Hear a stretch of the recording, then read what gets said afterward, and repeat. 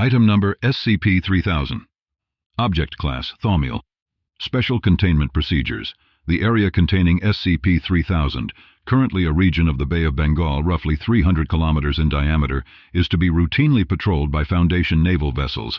Under no circumstances are civilians allowed to attempt deep-sea exploration or diving efforts in the quarantined area. Individuals believed to have contacted SCP-3000 are to be contained, quarantined, and processed at Site-151. Individuals affected by the anomalous properties of SCP-3000 are to be held in containment indefinitely. The Foundation submarine SCP-F-Eremita is to monitor the location of the foremost section of SCP-3000, currently located within the Ganges Fan, roughly 0.7 kilometers beneath the bay. The Eremita is tasked with carrying out the ATAC protocol, and staffing regulations on board the vessel are subject to the guidelines of that protocol. For a full description of the ATAC protocol, see Addendum 3002. There is currently no known cure for exposure to SCP-3000. As such, affected individuals should be contained and quarantined for further evaluation. Individuals stationed aboard the SCP-F-Eremita are not permitted to leave the vessel except for the purposes of carrying out the necessary procedures of the ATAC protocol. Individuals who leave the vessel without proper authorization are to be considered lost. Under no circumstances should any individual interact with SCP-3000 without authorization.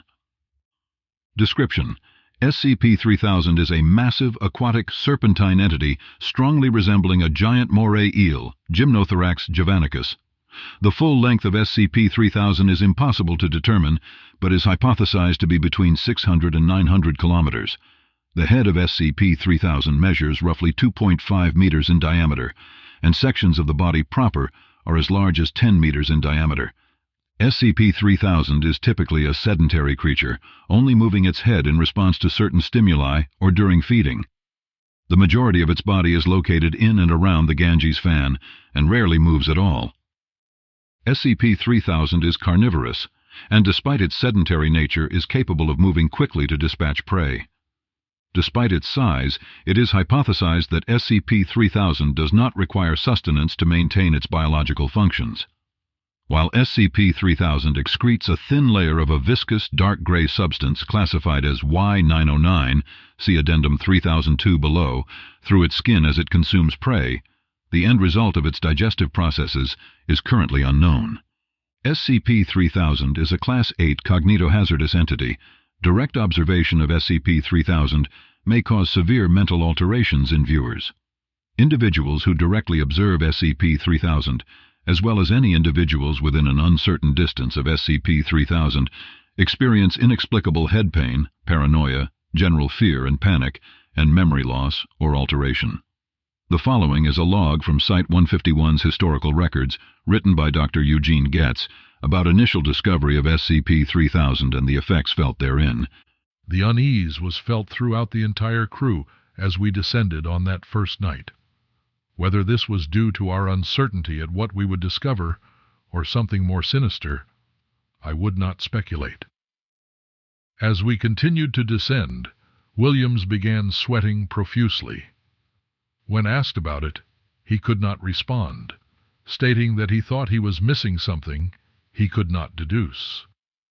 As our descent continued, he began to act more and more erratically, at one point addressing myself as Darlene, and expressing uncertainty as to the tasks he was assigned to handle. Similar feelings were expressed by other members of the crew, but Williams felt it the most. His mimetic resistance was by far the lowest of all of us, but he was a biologist, not a mimeticist. When we finally came into contact with the entity, he began whimpering and had to be sedated. I remember him muttering the word "no" over and over again, as if in disbelief. He went silent after a while as we approached its head, and when I looked back at him, something had gone from his eyes. He did not even so much as blink as we made our final descent. At around 0940 hours we first observed the head of the entity. The unease was palpable now. Several other crew members complained of feeling hazy and of being uncertain what they were supposed to be doing. Captain Ritter, ever the man's man, wrote it all off as nitrogen intoxication and forced them to continue approaching the entity. When we were within 50 meters, the entity turned slowly to look at us. Even now, as I recall watching this thing coil around in the darkness, I can still hear Williams barking like a mad dog in the rear of the vessel, screaming and flailing, shouting about how he could see it in his head. Perkins and Harrison tried to restrain him, but he got free and smashed his face in against one of the portholes. He hit it so hard he cracked the inner layer of glass. The damage was bad enough that we had to surface. We tried to give Williams medical attention, but he was too far gone at that point.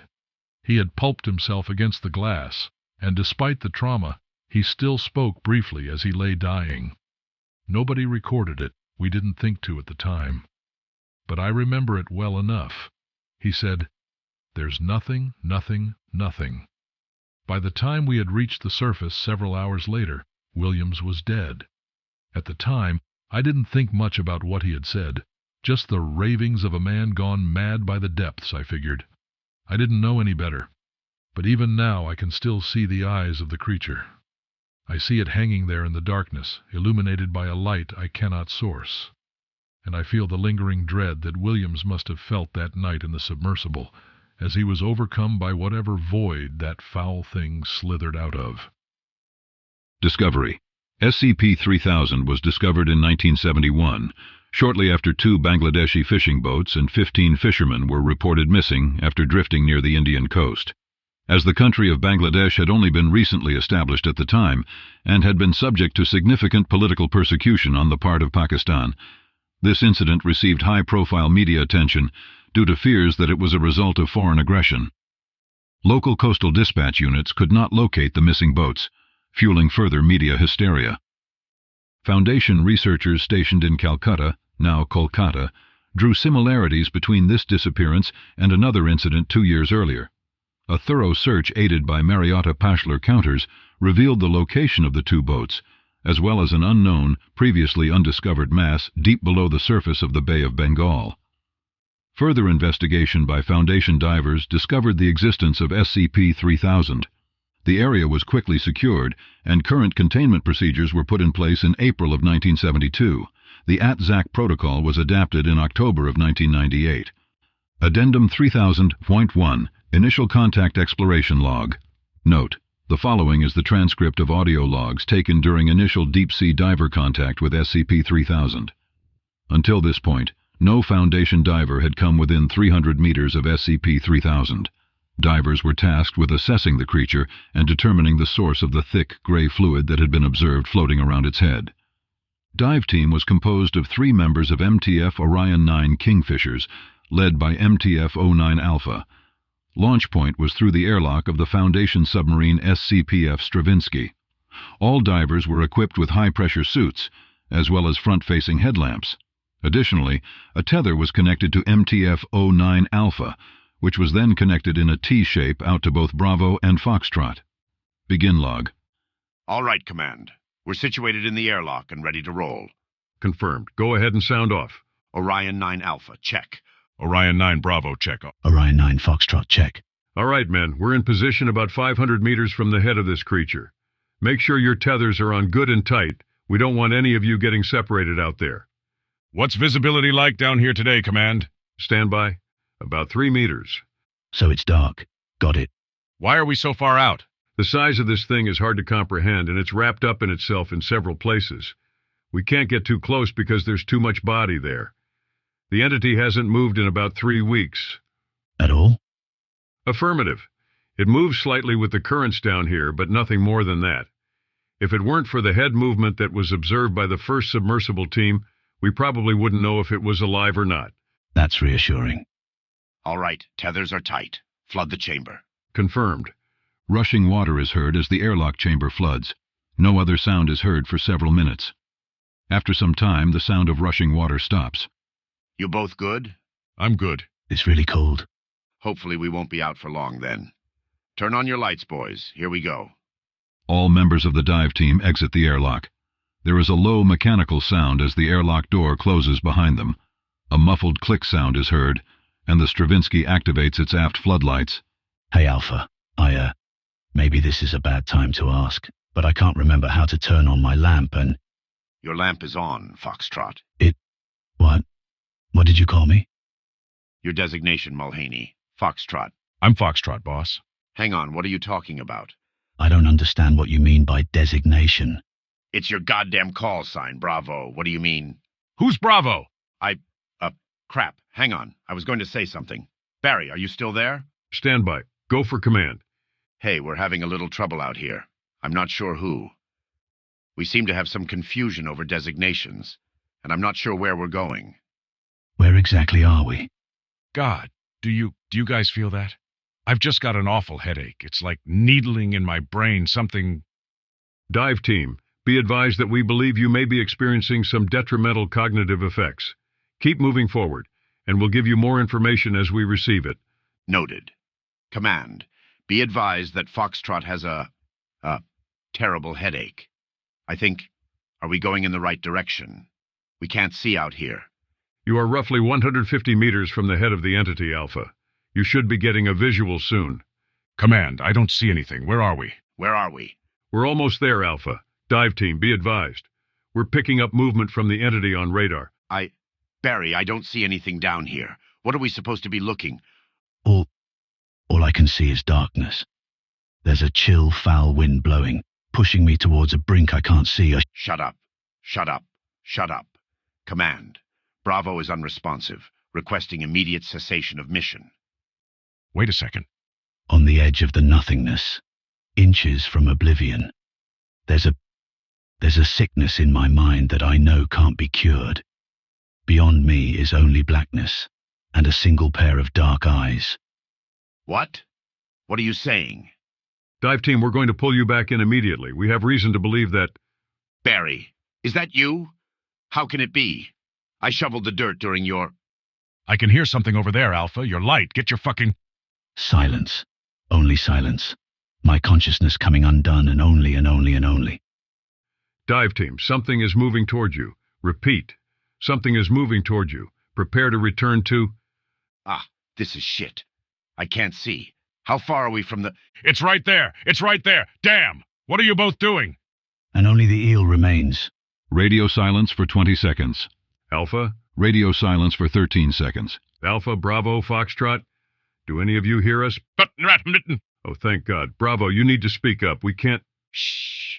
Radio silence for 10 seconds. Something has bound up the winch between you and us. We can't... It's opening its mouth. It's so dark there's... Where am I? What?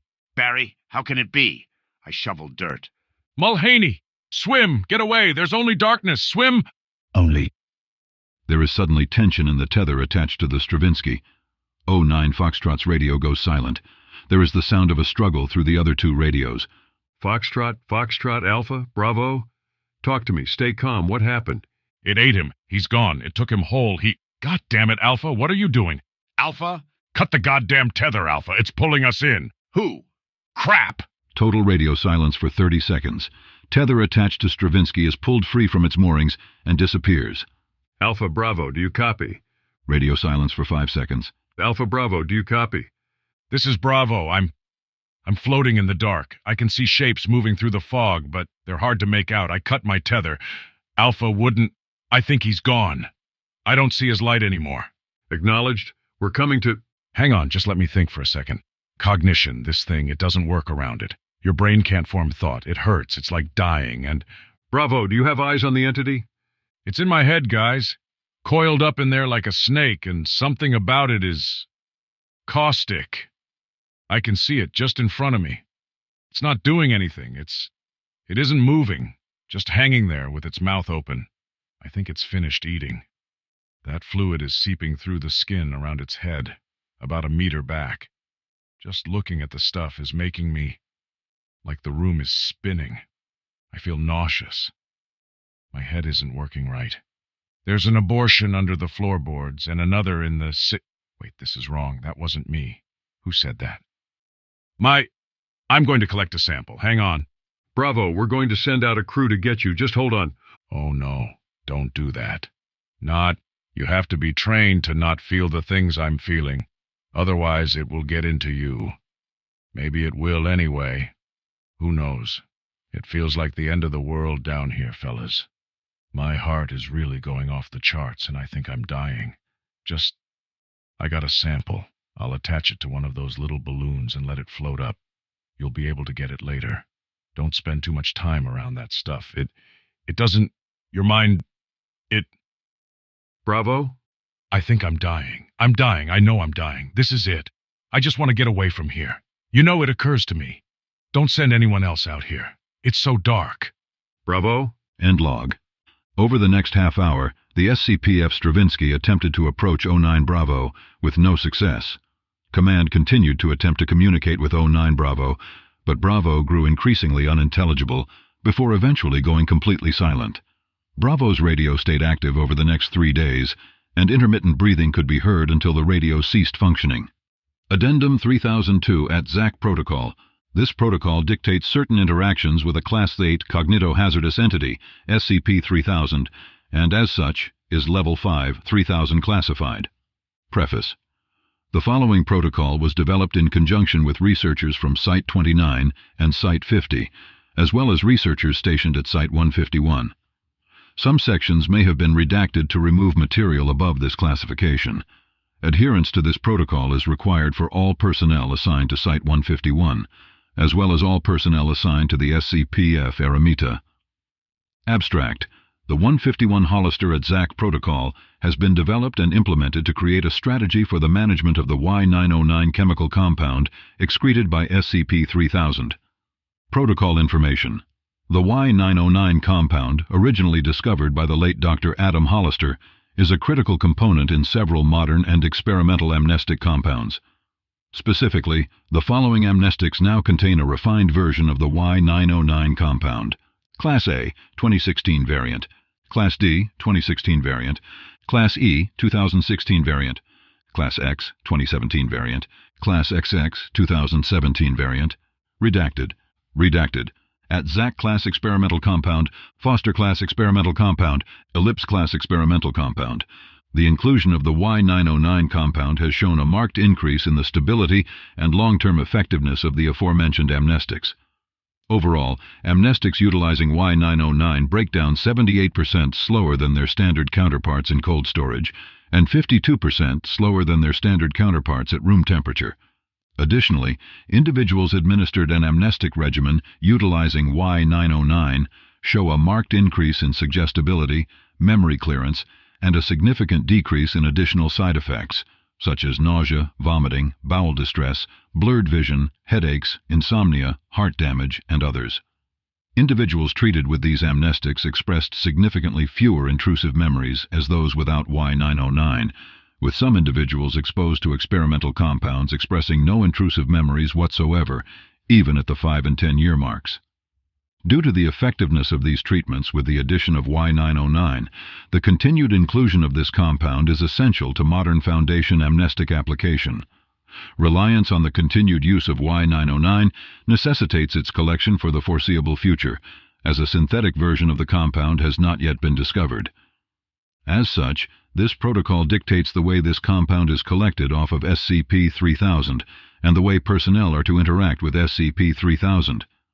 Below is a brief framework of the procedure, and detailed information can be found in the full ATAC brief. Members of MTF Epsilon 20, night fishermen, are to prepare a subject for deliverance to the feeding site. One individual D-class subject is to be administered a sedative and equipped with a high-pressure diving suit.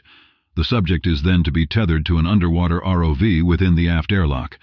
The airlock is to be flooded, and the subject is to be towed by the ROV towards the feeding site. Upon reaching the feeding site, the ROV is to disconnect its tether and return to the Eremita.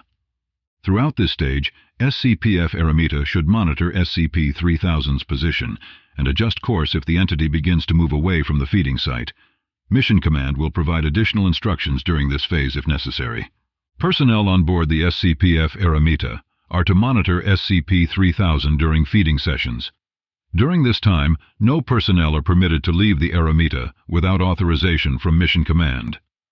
At a point after the total consumption of prey, SCP-3000 will begin to excrete Y909 near the foremost section of its body.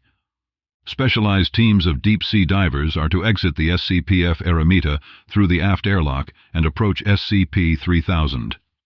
Collection of Y909 must take place during SCP-3000's digestive period, which is currently believed to be roughly 2.5 hours after consumption of prey.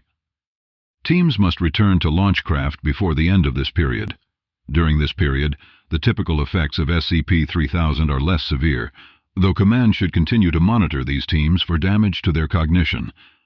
After collection of Y909 is complete, personnel are to transfer the collected substance to secure containers before returning to the surface. The mission administrator on board the Eremita is to monitor the substance throughout transport. Addendum 3003, Psychological Evaluation. Note: in 2009, Level 3 researcher Venkatraman Krishnamurthy attempted to exit out the Eremita's aft airlock without diving equipment, but was quickly restrained and the airlock cycle aborted. Despite having a CRV of 26 and having not displayed any previous signs of depression or self-termination attempt prior to his assignment aboard the Eremita, Krishnamurthy was interviewed by staff clinical psychologist Dr. Manava to acquire a better understanding of SCP-3000's potential effect on his psyche. Begin log. Hi Venkat, how are you feeling? Unwell. That's what I hear. Do you want to talk about what happened today? Krishnamurthy is silent. We don't have to, if you don't want to. We can talk about something else. I'm tired, Anand. I understand. This assignment has been stressful on all of... It's not. No, it isn't the stress. I've done this before. I've been on... I don't actually know if I've done this before. You have. I don't remember it. Any of it. I've been getting these out of context feelings, like my body reacting to reflexes it didn't know it had. Everything is so disconnected, and trying to keep it together is... I'm just tired. When did you start feeling this way? How long have we been down here? I don't remember. I don't know when. I honestly don't. I wish I could tell you more than that, but I have nothing. I look to that place in my mind and there's something else there, or sometimes nothing at all. What do you mean, something else? I've been having other people's dreams, Anand. I see faces I don't recognize, places I know I've never been, or maybe I have. I don't know. How can I know what is real or not, when I can't trust my own mind? Well, maybe I can help you with that, Venkat. We can go over things you think you've forgotten, and I can... Don't patronize me.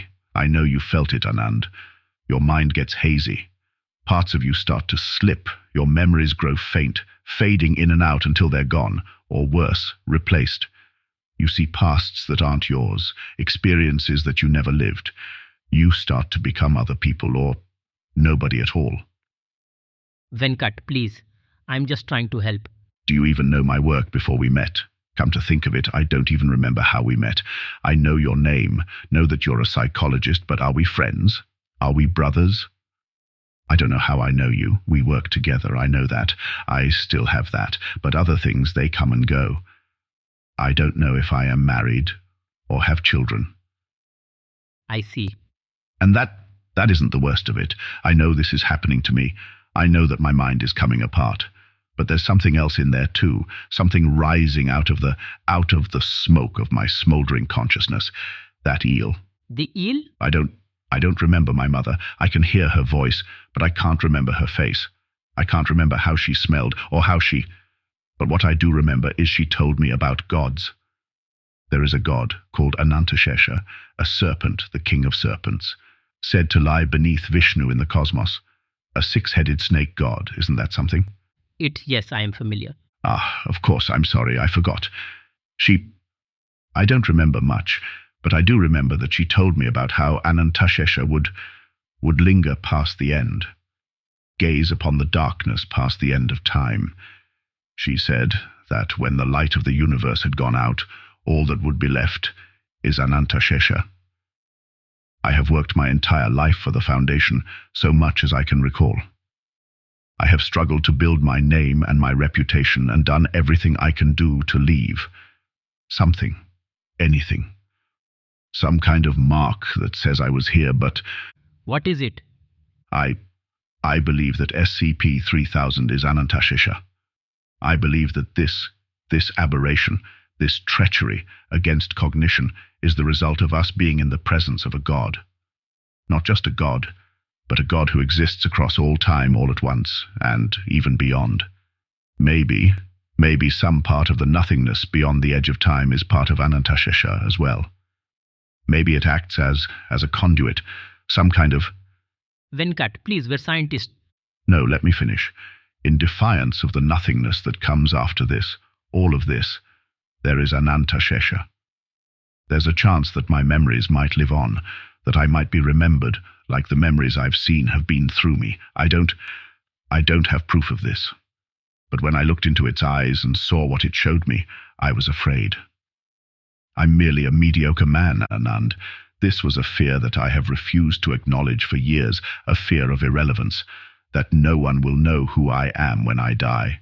Afraid of being forgotten, afraid of my life being meaningless, afraid of being alone, afraid of dying. There is a terror within me that I cannot reconcile, Anand. I won't lie to you and tell you that the maw of the Naga does not terrify me as well. But between this and the infinite dark I have gazed into, I have made up my mind. End log. Addendum 3000. 4. Incident video and audio log. After 2 days of containment within a secure holding cell on board the Eremita, orders were received to lift the hold order on Dr. Krishnamurthy, in accordance to the terms of the ATAC protocol. 3 hours after Dr. Krishnamurthy was released from his holding cell, the following incident took place. Begin log. Krishnamurthy stands near the entrance to the Eremita's aft airlock.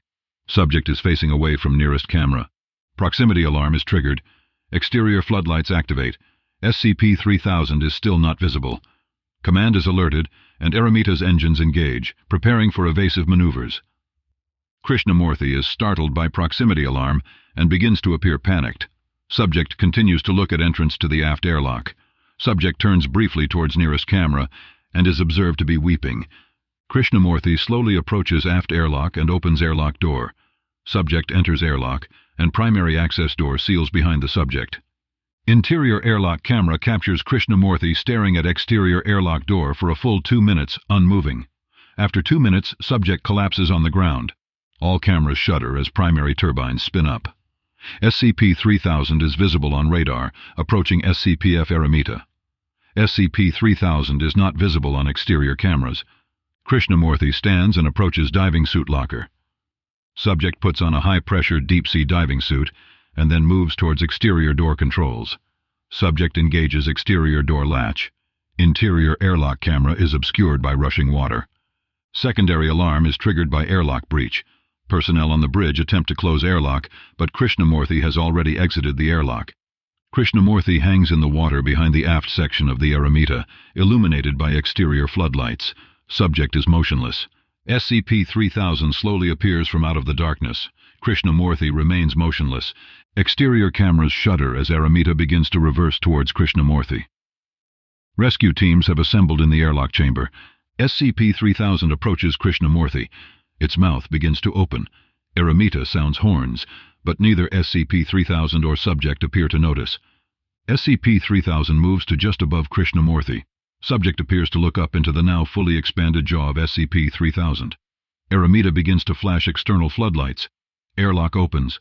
Anand, I was wrong. God save me, it's not... SCP-3000 strikes and quickly consumes Krishnamurthy. SCP-3000 disappears into the darkness and is no longer visible on exterior cameras. Rescue crews are recalled. Crew begins to initiate ATAC protocol. End log. Addendum 3005. Personal Journal of Dr. Manava. Note: the following are excerpts from the personal diaries of Dr. Anand Manava. Dr. Manava has kept several journals during his assignment and has reported that it is beneficial to counteract the psychological and memory-affecting properties of SCP-3000. September 23, 2009. I come to bury Venkat, not to praise him. Psychologically speaking, having your memories affected like his is not a pleasant experience for anyone. I really shouldn't be surprised he chose to relieve himself from having his memories meddled with. After all, it's really alarming. Being briefed on its effects doesn't change the fact that I need to constantly keep tabs on all staff, myself included, and ground us to reality. I am supposed to submit a full psychological report now, detailing what has gone wrong, why a staff member turned to self-termination, and a full analysis of possible ways to prevent this from happening again in the future. To the O5 and Site Director Knox, have it reviewed and some new regiment designed to prevent such a travesty from happening again. He always was more religious than I am. Right at the end of his life, he was riffing on Anantashesha, a primordial Hindu snake god, and rambling about eternity. I'm not going to question the legitimacy of his beliefs and his claims, but this is quite the enigma. And I suppose I should consider myself lucky that this assignment is relatively benign compared to previous assignments that I've had. I don't think this is a mythical eel, anomalous maybe, but not really that extraordinary. It's funny. I spent the last 30 years blocking out everything my father wanted to teach me about Hinduism, and now I'm racking my brains trying to remember anything he had to say about it. I want to say that it's because of the eel, but if I'm being honest with myself, I simply tried to forget all his teachings. Maybe not at the beginning, but certainly by the end. I can barely even remember what he looked like, but I do remember how angry he got when I couldn't remember the names of my grandparents or great-uncles. He was desperate to preserve his culture heritage, and I did everything I could to spite him. On his deathbed, he begged me to perform the traditional last rites after his death. He even wrote the instructions down, but I was so angry at him that I tore them up in front of him. I can't even remember why. The only memories I have of him are how he made me feel. He spent almost 20 years trying to pass down our heritage, and all I have now is anger and hatred and regret. September 30th, 2009. Site Director Knox gathered the staff this morning for a short morning. After a few brief and laconic eulogies, he took me aside and told me that Venkat's replacement will come in a few weeks. And as he kept no contact with his family, it's likely his belongings will just be disposed of and are now technically Foundation property. The directors indicated that if I want to keep a thing or two from him, I should do so now. His office was relatively unremarkable. His cushy squash chair cushion, few office toys, and lots of marine biology books that I should probably check out someday. The only thing I took was a statue of Ganesh that stood next to the window. Not fully sure why myself, but he's now sitting on the bookshelf, next to a picture of myself, my wife, and our daughter at a lakeside terrace. It was a pretty unremarkable trip to some tourist trap in Lucknow, but this really is one of our best looking pictures. We are going under again tomorrow. November 11th, 2009. All of the D class managed to stay put this week, which is good. Other than the routine depression and memory loss from exposure to SCP-3000, everything was in order. Sometimes I'm a bit envious of them. All they know is that they're scooping gunk off some big eel. They don't know of its importance or why it's critical that they collect it and how much it helps us. Of course, one saving grace of being on the psychological division for the ATAC project is the awareness of its potential effects. I'm aware of what's happening to my psyche. I know that I have memories that are being drained, pieces that are being lost right now. I recall images of a young man on a bicycle in front of a schoolyard gate, looking like it was the 80s when I was in Singapore. He was laughing, yet I don't know if this man was a friend, a lover, a son, a family friend. Who this young man is? Perhaps Italian? Or maybe Australian. Maybe this isn't even a cherished memory at all. I looked at the Ganesh statue and the picture of my family again. It's really quite a shame I truly forgot most anything that I've done with them. I've started trying to learn some Hindu poems and songs, went out and got a copy of the Vedas, but I can't memorize the lines properly. I've been reflecting on what Venkat told me before he passed though. His deep-seated fear of mediocrity, unable to rise out of the sea of humans that walk on the face of this earth. He's worked for the Foundation for years, and while he isn't one of the most well-known and household names of the Foundation, he's not exactly obscure. He's been the Foundation's leading marine biologist and go-to expert for anything aquatic, and quite well revered. I'm actually quite surprised by his jealousy.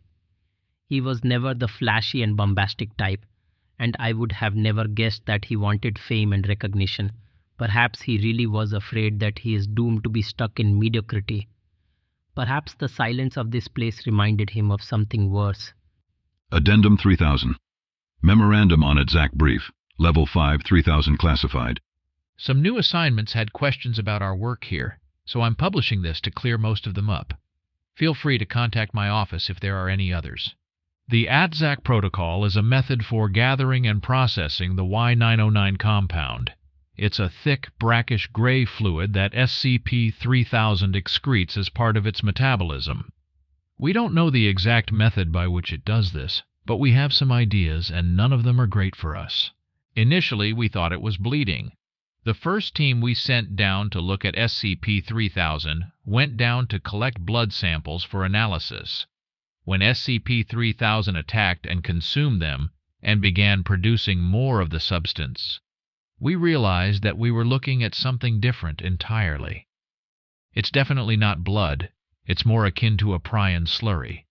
It's extremely toxic, and spending too much time around the stuff causes a lot of the same effects as exposure to SCP-3000 does. Paranoia, memory loss, thoughts of self-termination, etc. Refining the raw Y909, what the processors call eel jelly, allows us to create amnestics more effective than any we've ever had access to in the history of this organization. Herein lies the ethical dilemma. SCP-3000 only creates Y909 after eating, and it only eats humans. Remember when I said we had some ideas about how it does this?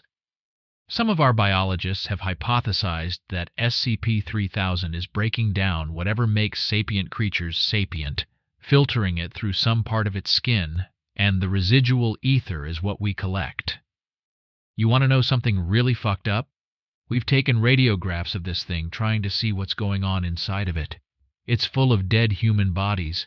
It's not digesting them at all. It's doing something else, and the end result is Y909. When we first started using Y909 in our amnestics programs, we tried to synthesize it. We got something close to what we were looking for, Y919, but the side effects were catastrophic.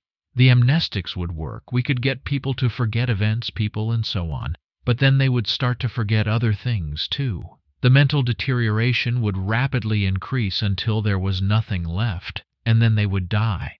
A few of those researchers thought we might be able to figure out how to decrease the severity of those side effects, but the cost to continue those trials would have been astronomical, and the program was discontinued. It's no secret that what we're doing here is abhorrent. The Ethics Committee, the Classification Committee, they're all looking at ways to make this more tolerable than what it is. But the hard truth is, if we want to continue to use modern amnestics, we have to have Y909. If we want to have Y909, we have to feed D-Class to SCP-3000. Otherwise, we'd be forced to go back to the metaphorical Dark Ages where we were amnesticizing people with opiates and chloroform. The good news is, we're developing ROVs that should be able to take over the job of collecting the raw material from our dive teams. This will eliminate any chance of accidental casualties like we've had in the past and is a good first step. For everything else, only time will tell. Administrator Knox. Addendum 3000.7, Personal Journal of Dr. Manava. Note: the following is the full text of a page, penned in the hand of Dr. Manava, which was ripped out of a journal and placed on his nightstand. Undated. I have spent a considerable amount of time on this assignment, attempting to understand the underlying effects of individuals exposed to a Class 8 cognitohazard. I have conducted numerous personnel interviews, written a great many psychological reports, but I have not been able to properly deduce what about this creature would lead a perfectly sane man out the door of that airlock and into the maw of the eel. Earlier this week, as I was preparing my notes for another report, I accidentally knocked the picture of myself, my wife, and my daughter off of my nightstand. The glass shattered as it hit the ground and the picture fell out. As I cleaned it up, I noticed something written on the reverse of the image. It said, Anand, Shanti and Padma, June 2002. But the writing was not mine, it was Venkat's. I was puzzled by this. Why would Venkat have written on the back of a picture of mine? I thought little of it at the time and cleaned up the mess and went about my day. But this question stuck with me. It was a little thing. easily explained in any number of ways, but I could not seem to shake the notion of uncertainty. It was not until last night that a horrifying thought struck me, one that I could not sleep on. I accessed the Foundation personnel archives and realized a truth that I cannot reconcile. Shanti was Venkat's first wife. Padma was his daughter. The records are clear. The life I remember, the experiences I am certain I have had with them, are the experiences and memories of Venkat, not me. I have never been married and I have no children. Even now, I can see my wife in my mind, hear her laughter, smell her hair. But I know now that it is Venkat I see her through, not me. The horror of this realization has been replaced with a queer sort of dread. I figured out what the eel does. Something about it, some latent part of its creation, abhors cognition. It breaks down human consciousness and scatters the part of us that we believe is a soul until all that remains is what we really are. Electrical signals that will someday become inert. If even I can't remember myself, how can I expect anyone else to remember me? I have forgotten my own life, and I am strangely apathetic at this revelation. I will fade into the darkness as thousands before me have, and thousands after me will. No one will care as I am forgotten. I do not despair for my own sake, but for us all. You and I, we will all face obliteration. I am not important. You are not important. Vast droplets of irrelevancy stretching eons in the sea of time. We may fight against it, but our enemy is inevitability. I do not think that the eel is Anantashesha. I don't think it would matter if it was. What is clear to me now, as I feel myself coming apart, is not that the eel is some mythological creature or divine serpent. Perhaps it's just a primitive creature that eluded us, holding no malice. Perhaps it really is a primordial deity, harboring resent beneath the surface. The eel is not the harbinger of my demise or humanity's doom. The eel is not the end of all things. It only shows us what the end looks like. And in spite of everything we might believe, every ideal we hold or providence we pray for, I know this much is true for all of us. Our end will be a forgotten one. Note: Dr. Manava was later discovered unresponsive near the aft airlock. Evidence suggested that Dr. Manava had broken into the onboard storage locker and ingested a significant amount of raw Y909. Dr. Manava was moved off of the Aramita and remains at Site 151 for analysis.